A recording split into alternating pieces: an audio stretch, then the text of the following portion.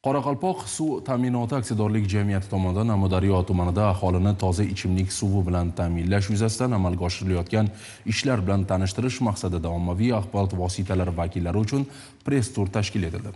Davlatimiz rahbari tegishli qaroriga ko'ra Qoraqalpog'istonda aholi va xo'jalik yurituvchi subyektlarning ichimlik suvi ta'minotini yanada yaxshilash maqsadida Osiyo taraqqiyot banki bilan 145 million AQSh dollari miqdorida bitim imzolangan. Tafsilotlar muxbirimiz lavhasida.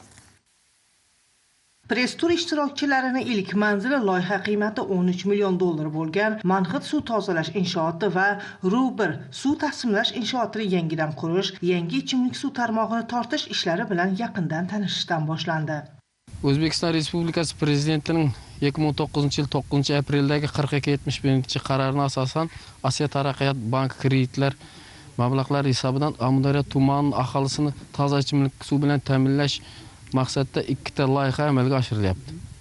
Birinchi loyihasi bu 12 million 980 ming dollarlik loyiha Amudaryo tumanida toza suv inshootini yangidan qurish loyihasi. Ikkinchisi 29 million dollarlik loyiha. Bu loyiha tarmoqlarda yetkazib berish. Bunda 355 kilometrda tarmoq tortilib, chekka hududlarga ham toza ichimlik suv yetkazib beriladi.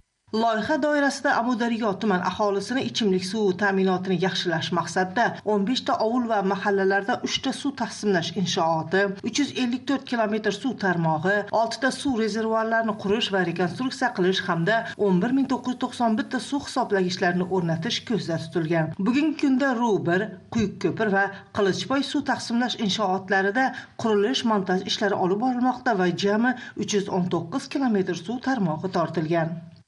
Bu joy, bu obyektimiz Ruber распределительный узел 1 deb aytilgan. Распределительный узел 1da 2 dana rezervuarimiz var, suv saqlagichlarimiz var. 4300 kubdan 2 dana.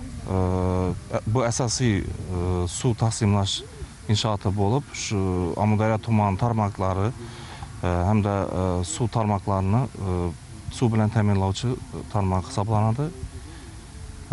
Bu 18 dana qishloq, 18 dana obyektda beradi suvni.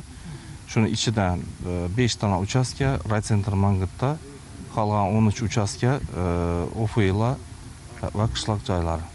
Ta'kidlash joizki, tuman bo'yicha 56 ming nafardan ziyod aholi ilk bor ichimlik suvi bilan ta'minlanadi. 22 ming nafar aholining ichimlik suvi ta'minoti yaxshilanadi. Tuman hududidagi har bir xonadonga ichimlik suvi yetkazib beriladi. Natijada tuman aholisining ichimlik suvi bilan ta'minlanganlik darajasi 80% ga yetkazilishi kutilmoqda.